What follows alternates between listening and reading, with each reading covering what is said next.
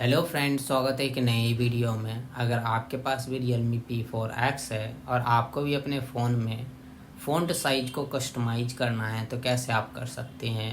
तो चलिए वीडियो करते हैं स्टार्ट। सबसे पहले जो है आपको सेटिंग्स को करना है ओपन करेंगे तो आपको इस टाइप का इंटरफेस देखने को मिलेगा। ऊपर की तरफ स्क्रॉल करेंगे, वॉलपेपर एंड स्टाइल पर क्लिक करेंगे, ऊपर की तरफ स्क्रॉल करेंगे, फ़ॉन्ट पर क्लिक करना है।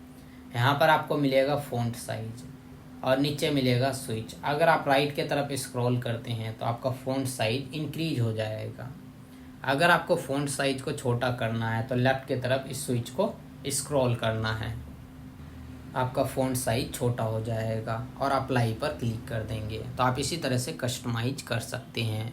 तो आज के वीडियो में बस इतना ही, और हमारे वीडियो देखने के लिए share, subscribe, like, bell icon के बटन ज़रूर दबा दें ताकि आने वाले वीडियो का नोटिफिकेशन आपको मिलता रहे। मिलते हैं नेक्स्ट वीडियो में एक नई टॉपिक के साथ, तब तक के लिए नमस्कार।